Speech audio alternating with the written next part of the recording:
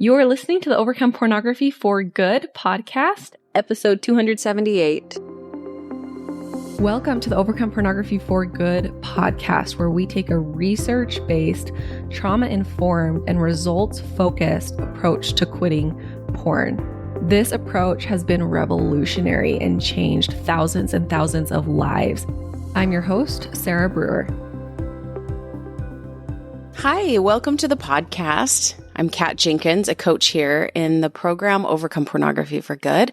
I'm really excited to be talking to you guys today. We're going to be talking about sort of how to use the rules of improv to overcome pornography. So I got the idea for this podcast. I was watching a masterclass, Amy Poehler's masterclass. She gives the rules of improv and she called it prepare to be unprepared. And I think that that is sort of how life is, right? And that's kind of what she talked about. She suggested that these rules that she has used in improv could also be used in life for anyone in different reasons and in different places. We can apply these rules. And I would agree that that is true. And that we can also, as I was listening to this, I was like, these rules are all really great for what I do with my clients in overcoming pornography. And so I thought I would share these rules today. And I want you to think about how you can apply these to your life and how you overcome pornography and what it looks like for you.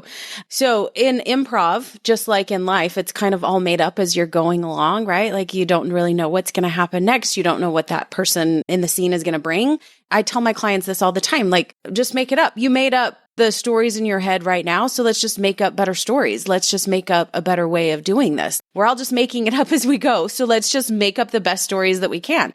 And so I think that that's really helpful too, as you think about like how to apply these rules. Like we're just making up how we feel about ourselves and the stories that we tell about who we are and about our past and about our future and about all these things. So let's just work on using these rules to make up the best stories that we can. So I really think these are going to help you as you work through your journey in overcoming pornography and how that's going to look for you. So I'm going to share and I'm going to talk about each rule briefly. There's 9. So this is a little longer than maybe some of the podcasts I've done in the past. But just like improv, the scenes in our life are playing out in real time. And you have the opportunity to decide how and when to use these rules for yourself. So not every rule might apply to every situation. It's just using the ones that are going to work for you. So my challenge for you today is to take at least one rule that I share and think about how you're going to apply it in your work in overcoming pornography. So I'm going to share some examples because obviously there's examples of how to use this in improv, and I'm going to share examples of how that might look and how you might apply this rule in overcoming pornography. Again, these are just examples. So please, you know you best. So apply these rules to yourself and your life as you best see fit, because obviously the examples I give might not be relevant to you, but I want you to work to find what will be relevant to you, what will be helpful for you in this. So if you can think of a better way to apply these, great, do it, right? Don't take just my examples.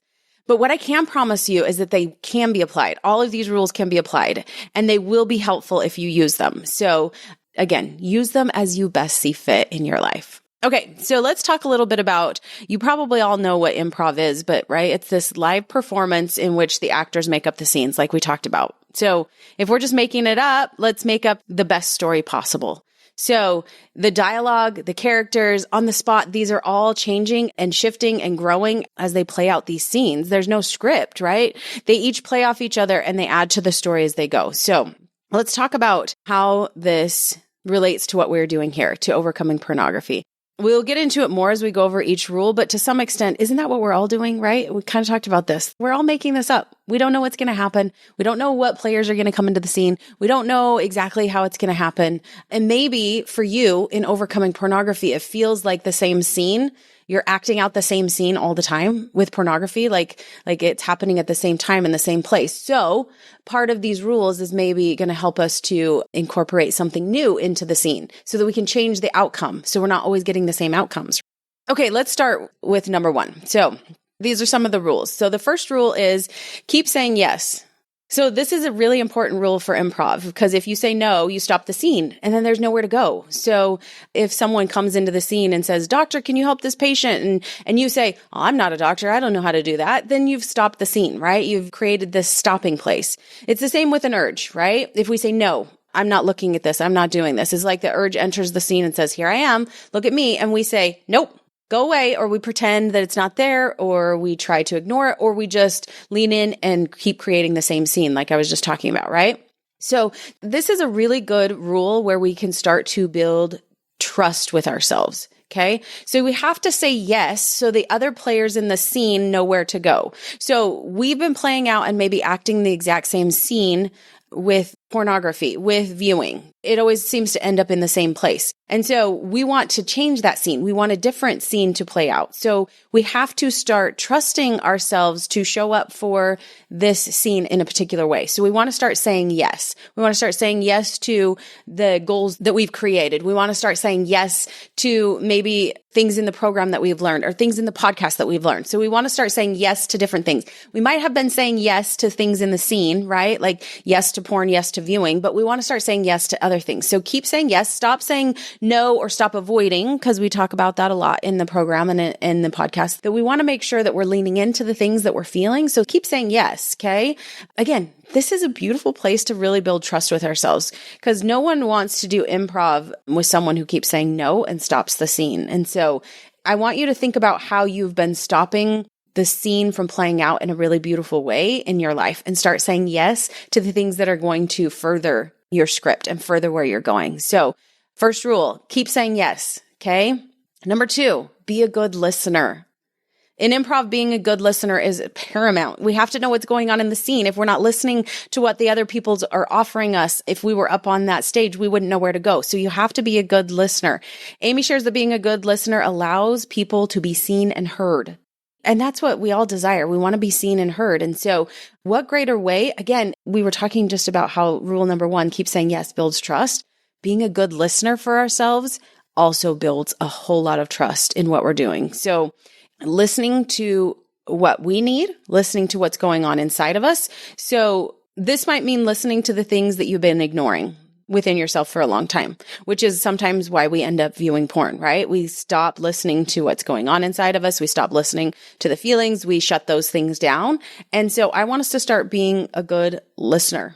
And this is a skill. This is a skill that we can learn. It's not like, oh, shoot, I've never done that, so I can't do that. It's okay. We're just going to practice this. Practice being a good listener. Listen for the things that you've been ignoring and start building trust with yourself that, like, I hear you. Because like Amy says, being a good listener means we hear and we see and we're heard. And that's what we're sort of yearning for and longing for within ourselves. And we have probably been ignoring that within ourselves. We've not been seeing or hearing ourselves. So start being a good listener. Start listening to what's going on inside of you, the things that you've been ignoring. Okay. Number 2, be a good listener. Number 3 is she suggests that we need to find your team. Who can you be bonded with in this journey of overcoming pornography? That's your team. Those people that you're bonded with. They might not be in your life for long. Maybe there's these people in this program as you're overcoming and they're only here for a year or 2. Or maybe they're lifelong friends that come from this. It doesn't matter. Finding your team means who can I bond with in this journey right now? We typically do things better together. So having a team is really important. And especially if you can look back and say, hey, I've been trying to do this all on my own and it hasn't been quote unquote working. Right? So finding a team, finding somebody that can support what you're doing and cares about what you're doing. If you're here listening to this podcast, you know that this program is one of those places. Coming and being a part of what we're sharing is a place where you can have a team, someone who sees what you're going through, someone who knows what you're going through, someone who's going through the same things and has support and care for you on your journey. So finding your team can really enhance your journey on overcoming pornography. Okay? So find your team. Number 3, find your team. Number 4, next rule, finding the game. So this is like asking ourselves, what are we playing here? What are we actually talking about? Where are we getting at? Like understanding, like in improv, we need to understand, like, where is this scene going? Where are we trying to get to? We want to ask ourselves this question. What are we playing at? Let's find the game. What is the game that we're playing?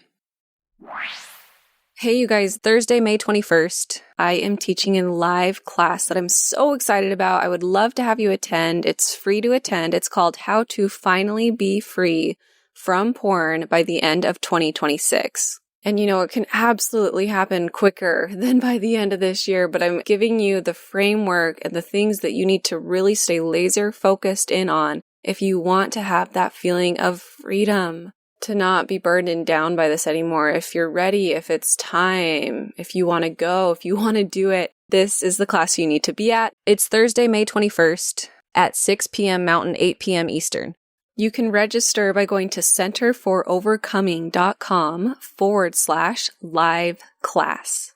I'll be there. I don't do these live classes unless you're in the program. You won't see me live very often, so I definitely recommend that you come. I'll stay to answer questions at the very end. All right, you guys, so excited to see you there. In improv, right? Like I was just saying, that might look like understanding the role of each character and what they play, where they want to take the scene. Who is playing what part? Okay, so who's playing what part in your scene of overcoming pornography? If you're finding the game, you might be looking for and trying to understand the role that porn plays in your life, right? How am I masking my feelings? What does that look like? If the game that we are playing here is that we're trying to understand and get to know our feelings better and be safe with those, okay, then we might need to start giving feelings a bigger role, a bigger part in the scene than we've been giving them in the past. So that might be part of how we find our game, how we find what the game is, how we decide what that looks like. They're going to have to start being in the scenes more often, maybe. Right? Maybe we kind of put them in the background and we don't allow them to be a part of the scene, but maybe we need to start giving them more screen time, more time in front of the camera, right? Does that make sense? So the rule number 4 is we need to find the game. Get clear about what the game we're playing. Maybe this game for you isn't about your feelings. Maybe it's more about your beliefs. These are some of the milestones in the program, right? Like emotions and buffering, urges, beliefs and identity. So understanding what is the game that I'm playing right now, and it might change, it might shift as we go through our work of overcoming pornography, but understanding what the game that I'm playing is and being clear about what that is with myself can totally help determine how I'm going to show up, right? And what the scene's going to look like. Okay, so we need to make sure that we find the game that we're playing and understand what that is. And it might change and it might be different, and that's okay. Okay, number 4, we need to find the game. Number 5, the 5th rule is to take up space. We can totally understand what that means on stage, right? Taking up more space, speaking louder, making sure that we're heard. But how can we relate this to what we're doing here? How can we relate taking up space in overcoming pornography? It might mean believing that you belong, maybe believing that you belong in this program, believing that you will do this, that you can overcome, that it is a possibility for you. Maybe that's how you start to take up more space. Maybe you haven't taken up that space before and you're willing to start taking up that space now, okay? I want you to really think about what that means for you.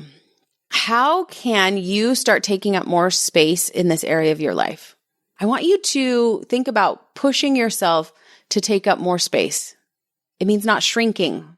It means not going back into the same ways that we've done things, okay? Challenging ourselves to get bigger here, making yourself bigger, taking up more space, creating more opportunities. This one I don't have a lot of examples. I just want you to think about for yourself, how can I take up more space? Maybe porn and porn viewing has taken up more space, and I want to start taking up more space. I want myself and the way that I want to show up in the world and who I want to be to take up more space. Maybe that's the way that you want to tackle this one. But I want you to really think about, how can I take up more space? What does that look like in my journey of overcoming pornography, in my improv scenes? What does it look like? How am I going to take up more space? Okay, number 5, take up more space. Number 6 is you can't be halfway in. So this is a place when we're halfway in that we stop and we wait to see what will happen next, and we kind of step back and we're not really fully in the scene. Maybe like in improv, we're halfway in. We're like, oh, I don't know where to be. I don't know what to say, and I'm not sure. Amy suggests that if we are only halfway in, it keeps us stuck and it keeps us straddling between two worlds. And maybe you felt that. Maybe you felt that in your journey of overcoming pornography, of like being in times when you're only halfway in. And so you're kind of straddling the world of like, I'm still going to view, but I kind of don't want to, and you can't really make a decision. And so this is where we might recognize when we're kind of halfway in. Now, this is a really important point. I've coached a lot of people who were maybe halfway in. making the decision to overcome pornography and maybe going all on that side, maybe part of us in our life and in this time is in a place where we're not ready to be in that place. So we need to step out of the circle and be in the world where maybe we just view right now. And I'm not suggesting that that's good or bad or right or wrong, but when we're in the in-between, when we haven't made a decision, when we're only halfway in and halfway out, then we're going nowhere. Then we're stuck. So I don't want you to be stuck. I want you to make it a choice. Are we in or are we out? Because if you're in or out, then you know where to go. Then you know where to be. Okay. So you can't be halfway in life, in improv, in overcoming pornography. You have to decide, am I in or am I out? Okay. Because don't be straddling both those two worlds, because that is not a good place to be. It just keeps us stuck. Okay. So don't do that. And then the other thing I wanted to talk about here is maybe this thought of like, I have to be ready to be fully in. I'm telling you, you can be all in even if you're not ready. Like that's a place that you can be. Because telling yourself that you need to be ready is just something we say to keep ourselves halfway in. And that's not helpful. Okay. That just keeps us stuck. So rule number 6, you can't be halfway in. You got to make a decision. Number 7, don't bail on your partners. Amy describes this as when she would do sketches for Saturday Night Live and they were going badly, it felt really good when others are also working hard to keep it going, even though it's a failure, even though it's a flop, even though it's not working. Instead of bailing, go in more. She's like, that feels so good when we do that, when we have that, when our partners go in with us, right? And so for you, your partner in this scene that you don't want to bail on is probably yourself. So don't bail on yourself when it feels like it's sinking, when it feels like the ship is going down. To know that you're there on the ship, willing to do whatever it takes to try to keep it afloat, even if it might sink in the moment. Let yourself do that, because on the other side of that, that feels really good to go back and see how you showed up for yourself and you didn't bail, even though it felt hopeless or it didn't feel like it was going to work. So when you've given into an urge and viewed, this scene does not have to be over. Don't bail on yourself. Double down on where you want to take the scene. Don't give up, okay? Figure out what your next steps are and move towards those. Don't bail and say it's too late. It's not. You've got this. You can go and be part of the partnership that holds on to the scene, even if it's not working, even if it doesn't feel like it's working. Amy said that she would go back with, some of her SNL counterparts, and they would look at those skits that flopped, that didn't do well. And they would just be so proud of themselves on how, even if it wasn't working, they all just joined in and wanted to be a part of that. And I feel like that is the same for you when you do this work and don't bail on yourself. You can go back and look at those scenes and review them and be like, I could have given up. I could have just stopped. I could have been like, oh, well, and viewed more and gone into a binge or whatever, right? But I didn't bail on myself. I stayed where I was at and I was planted in this place and I was not going to let it go down without a fight. And that's really important. So principle number 7, don't bail on your partners. Don't bail on yourself. Number 8, this next one is don't worry about being cool. Amy says that this is staying true to yourself and being okay with what you are feeling in the moment, because that's where your power lies. That's what she said. I think that's so important that we remember where our power lies, and it's being okay. I talk about this all the time with my clients, being okay with what I'm feeling, being okay with what I'm at, being okay with what's here. So that's what this rule is all about. Don't worry about being cool. There's a limited amount of time on this earth, and you need to get over yourself and looking good and maybe being perfect and looking perfect for others. Amy also says that coolness doesn't allow for vulnerability, and vulnerability is what connects us. And when we are in the midst of porn and shame, typically we are not connecting with others and we're not willing to be vulnerable. We just hide. We hide from those things. And so letting that guard down and allowing ourselves to be vulnerable. Like I was talking about with perfectionism, right? This is probably, I feel this, I know many of you do, where we want to be seen a certain way, right? So we hide. We hide so others can't see because we don't want them to see. We don't want them to know what's really us. And so we pretend. So don't worry about having to be cool. Sometimes we just got to share who we are, and not with everybody. We have to do it in safe places where we feel trusted. That's why this program is a great place, because this is where we don't judge you.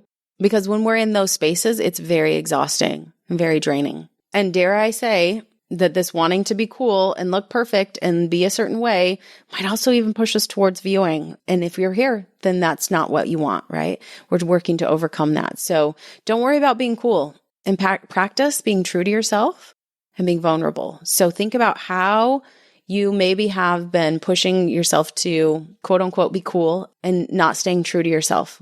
So working on being okay with who you are and with what you're feeling in the moment.